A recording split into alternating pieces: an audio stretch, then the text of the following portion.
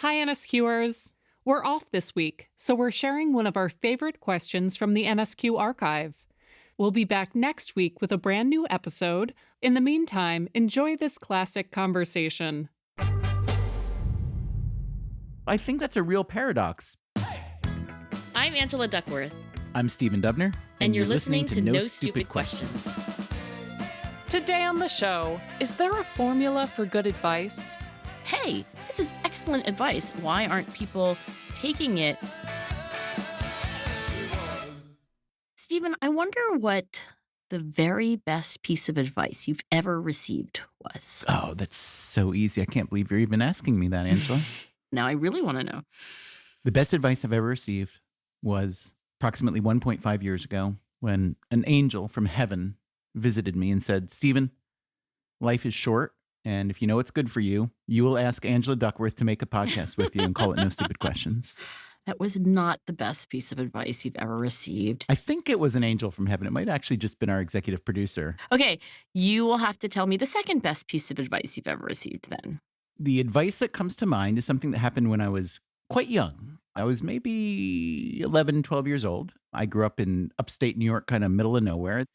And our dad had died when I was about 10. And so it was rural, but people really did look out for each other.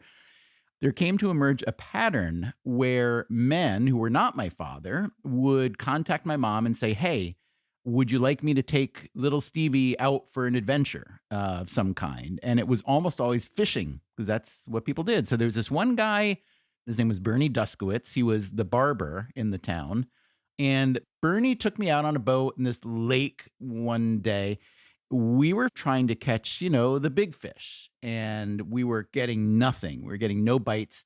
And this went on for like an hour or two. And I was bored, but I was also very polite and obedient. So I didn't say like, this sucks, I'm bored. I just sat there, kept fishing. Then it started to rain really hard. And Bernie Duskowitz drove the boat in toward the shore under some trees to be protected from the rain. And all of a sudden, we started catching all these fish. But they were little fish, too little to keep. But I was having a blast. Then the sun comes out and Bernie Duskowitz pulls up anchor and drives right back out into the middle of the lake. And even though I was kind of quiet and shy and obedient, I said, hey, what are we doing? This is the best fishing spot ever. And he said, these are just the little fish. We don't want to keep catching them. That's not really worth the time. Let's go catch a real fish. So we went back out. We never caught a real fish. We literally sat there for another 2 hours catching nothing. But the lesson I took away after much rumination was that sometimes it is really a good idea to go for the big fish, to not be satisfied with the little easy target in front of you. Even if you spend a lot of your time pursuing the big goal and it doesn't work out. And that's something that, I don't know, for some reason that day stuck with me long enough that I was able to process it. And as an adult, think about that all the time. It's one of the reasons I really fell in love with economics. One of the central tenets of economics is opportunity cost. Right. If you spend all your time catching the little fish, you won't have time or develop the technique or the patience to ever catch the big ones. I think it's the best single piece of advice that's ever been sent my way, even though it wasn't really meant to be advice. Do you know what? I asked you this question today, but I asked Jason this question recently. I think he more or less gave the same exact answer. Bernie Duskowitz took Jason fishing also. He was a promiscuous fisher. You're so literal, Stephen. Very odd coincidence. I don't remember who the person was who gave him the advice. It was just essentially like, take a risk, apply for the job that you don't think you're going to get, send a note to someone who you don't think is going to reply. And around the same time, I was reading the collected writings of, who's the guy who started Singapore? Like Lee something.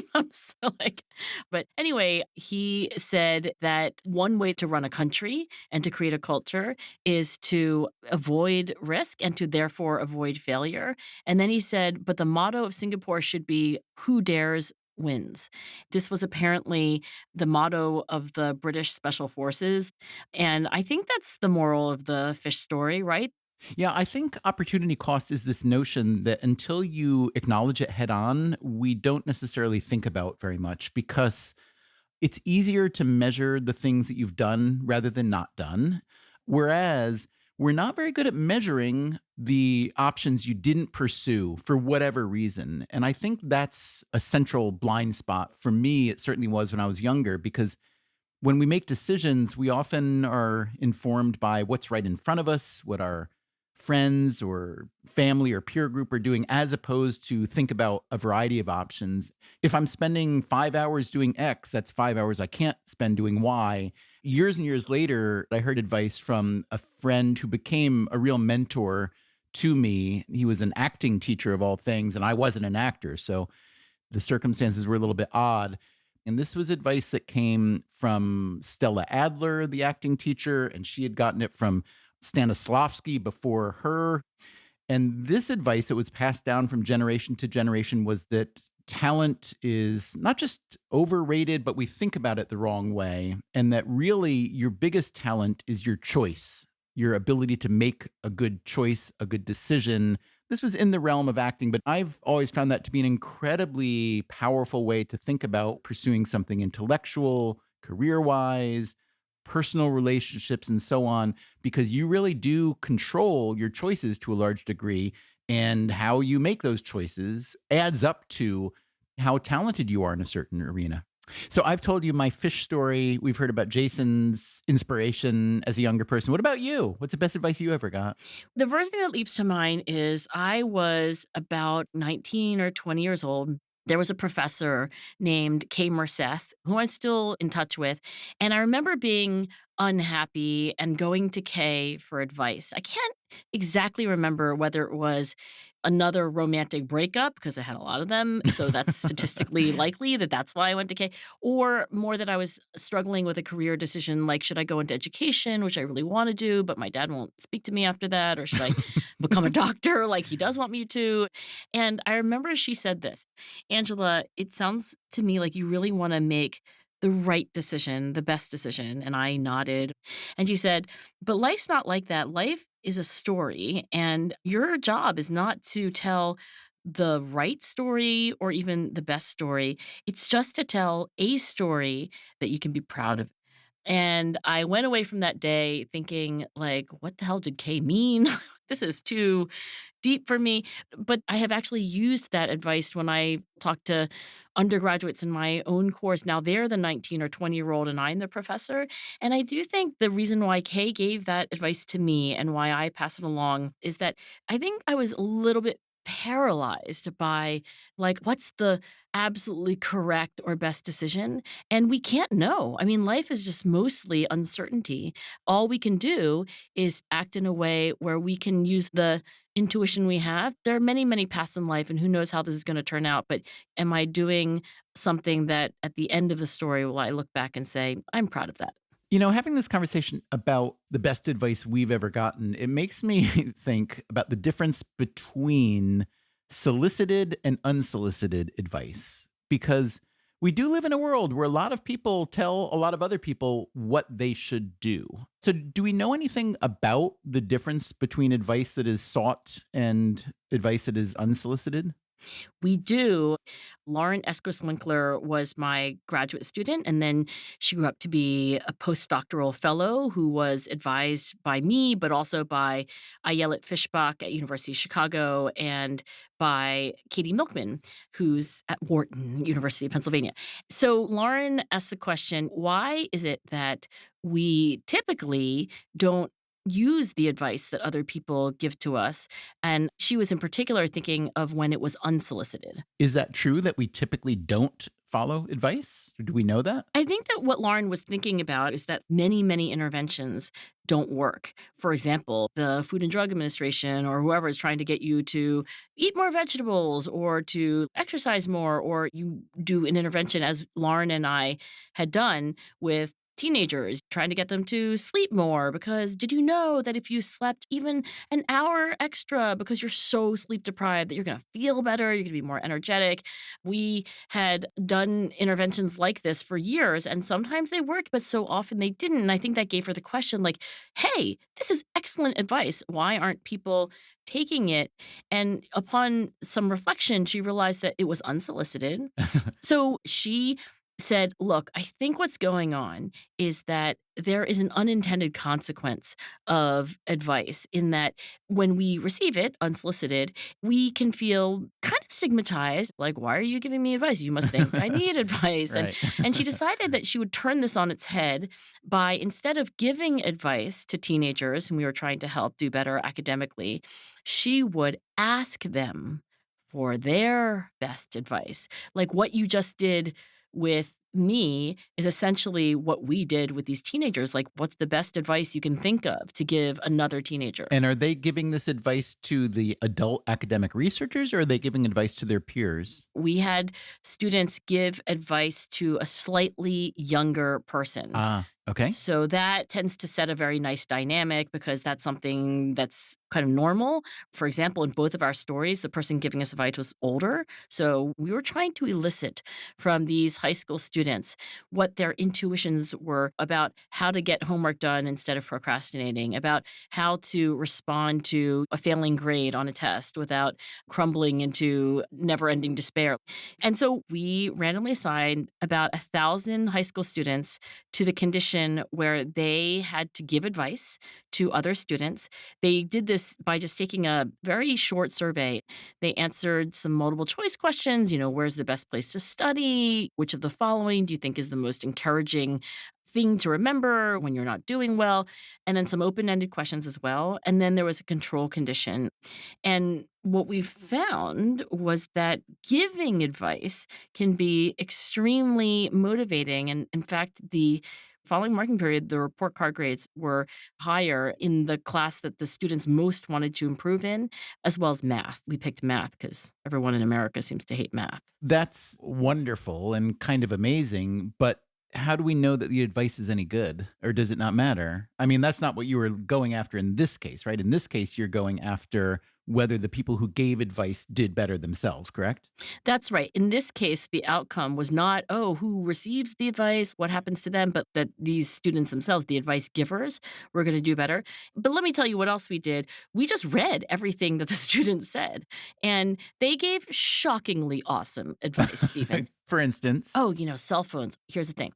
Put it on mute, hide it in another room, give it to another person. And I literally had studied that as a self-control researcher as something that absolutely you should do. And I knew the reasons why you should do it. And here we had 15-year-olds sounding like the sagest of sages saying things like that. Or, when you fail something, it's not you as a person. It's just that this thing happened. And you should always look for something that you can learn from it. And I think what this advice giving experiment taught me is that we don't always do what we know is best. Sometimes you get advice from somebody and you'd never thought of it before. You're like, oh my goodness, you are right. We should always go for the bigger fish. But I think sometimes we are just reminded of things that we knew in some way, shape, or form. And I think there is a lot of unused wisdom lying around inside of ourselves. Still to come on No Stupid Questions, Stephen and Angela discuss when to ignore other people's guidance and follow your gut instead. I sometimes do reject the advice and sometimes I don't. Maybe it's half and half.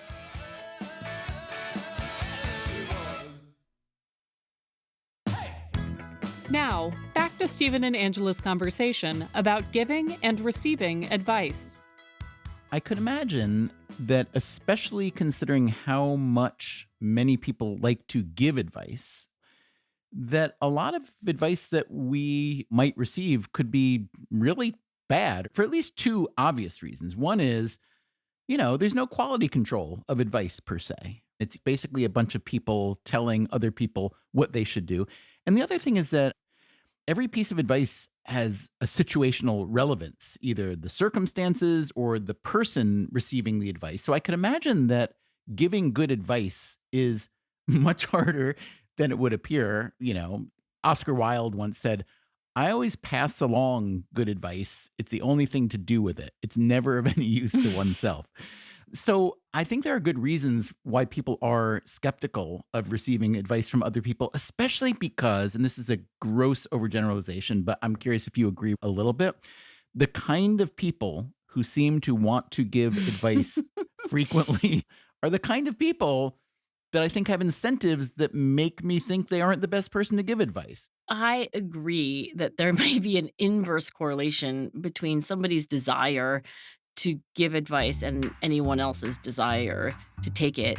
Since advice can either fall on deaf ears or actually inadvertently stigmatize or just make the other person feel bad or opposition or whatever, that's yet another reason to reduce the overall level of unsolicited advice giving. I think in the case that you go to someone and you ask, hey, I really want your opinion here, that's a completely different case. Related to this conversation we're having, we got a question from a listener not long ago. Her name is Jo. She wrote to say, I'm a veterinary technician who would really love to go back to school and study to become a veterinarian. However, almost all the veterinarians I've ever worked with have advised against going back to school because of the high volume of debt that comes with it. And I actually did go and look, and it is true that veterinarian school leaves a huge debt. On average, it's more than $180,000, which is not much less Whoa. than medical school, although dental school debt is even higher. It's almost $300,000. Oh my goodness. But the difference is that veterinarian salary is typically well below, as far as I can tell, either dentist or a medical doctor. So I think this is the background from which Jo is coming. But her question is, at what point, if any, do you ignore the advice of other people and listen to your gut? So I think that's a real paradox. People give you advice that they swear is good advice. Your gut tells you something different. So Angela, how do you answer that question? When to ignore advice that may or may not be good? I have thought about this a lot because I'm trying to teach my graduate students how to write. What typically happens is they get feedback on something they're writing. It's just basically advice. Like, I think this needs a shorter sentence. This is a sentence I think it should be.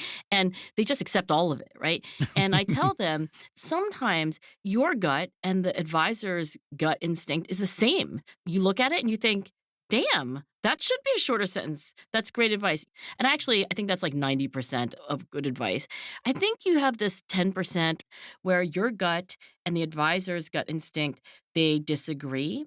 In that case, it's difficult. And I don't know that there's any rule about how to handle it. I would say to my students, if I reflect on it and it's not just gut, I sometimes do reject the advice and sometimes I don't. Maybe it's half and half. But I think what's tricky is that often when we get advice, or maybe when we give advice, it's an N of one. It's a person giving advice to another person. And so there's no comparison. I'm thinking back to my graduate school. I went to grad school for writing. You would have these workshops where there'd be roughly 12 students and a professor, and you might submit a short story or a chapter of a novel you were working on or whatnot.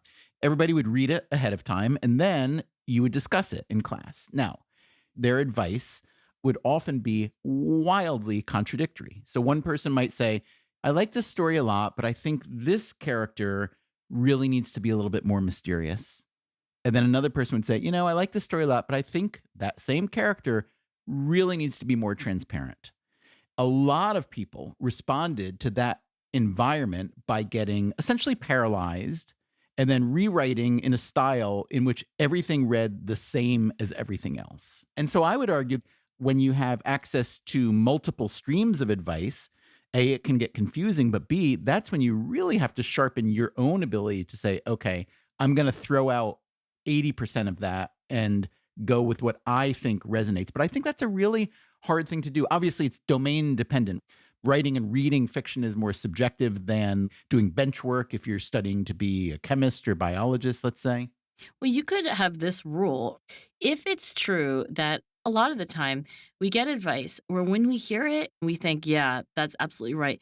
Just do it. And then the rule could say, if you don't agree, ignore it. Even if you just did that, which is probably not the optimal way to handle advice, you would still benefit a lot because it would say that you'd be getting a lot of good information from other people.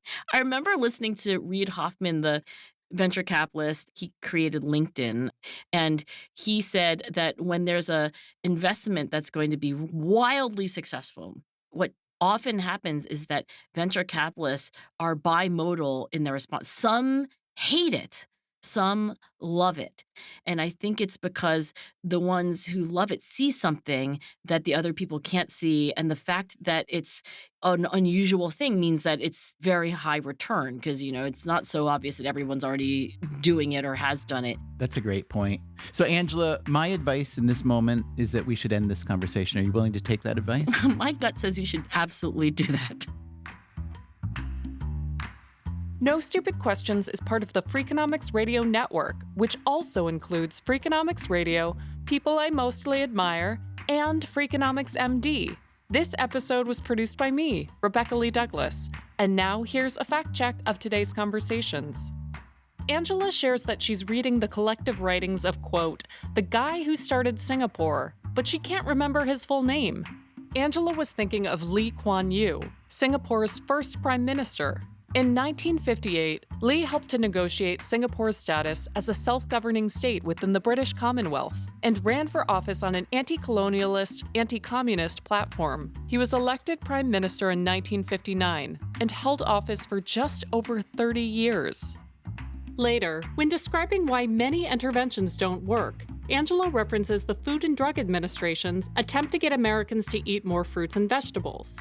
An initiative like this would more likely be the purview of the Office of Disease Prevention and Health Promotion, which, like the FDA, is part of the Department of Health and Human Services. The office focuses on creating programs, services, and educational initiatives to reach national public health objectives, whereas the FDA is responsible for ensuring the safety of drugs, cosmetics, and our nation's food supply.